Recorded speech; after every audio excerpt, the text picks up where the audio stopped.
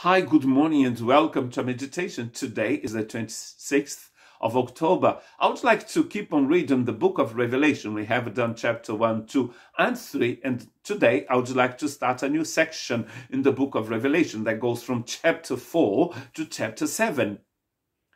There are 7 parts in the book of Revelation. The first part, Jesus reveals himself to John in a vision in chapter 1. And then chapter 2 and 3, he writes letters to the 7 churches of Asia Minor. There were other churches, of course, in that region, including Colossian, the Colossian church. But none of these letters was sent to all those churches, but only to 7 churches.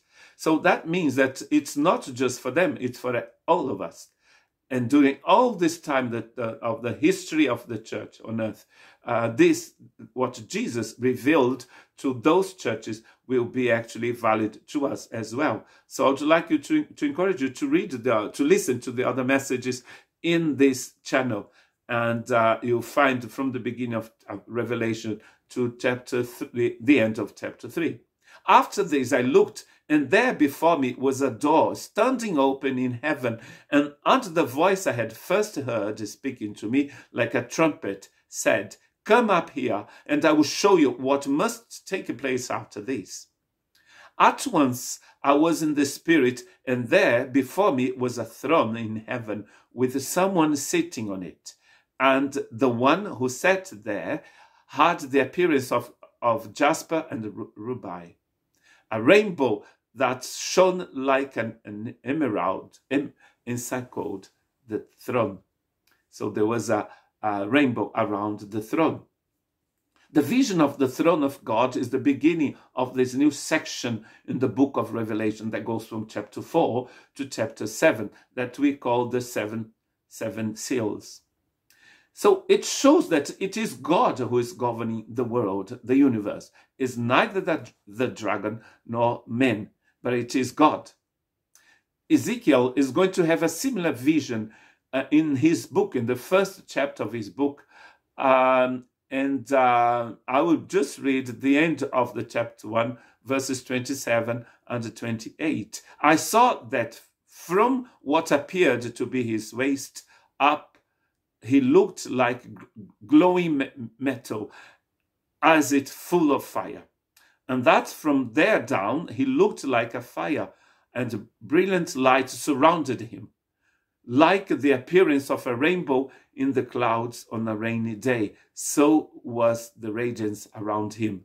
This was the appearance of the likeness of the glory of the Lord. When I saw it, I fell face down, and I heard the voice of one speaking, just like in the book of Revelation. In the first part of this chapter, he saw a throne, and that person who was covered in light was sitting on the throne.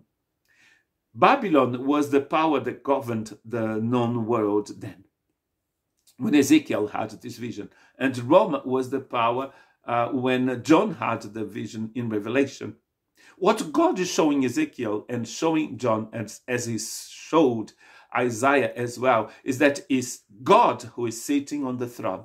It's neither Babylon,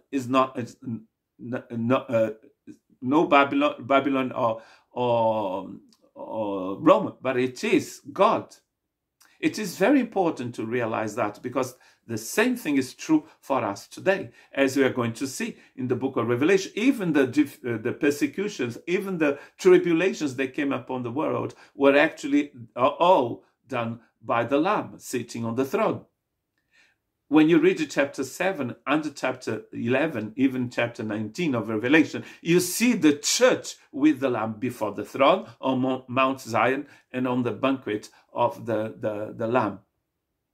And you see that it is that church, it is the church with the Lamb, that it is the reality that is going to last forever. The powers of the world will disappear.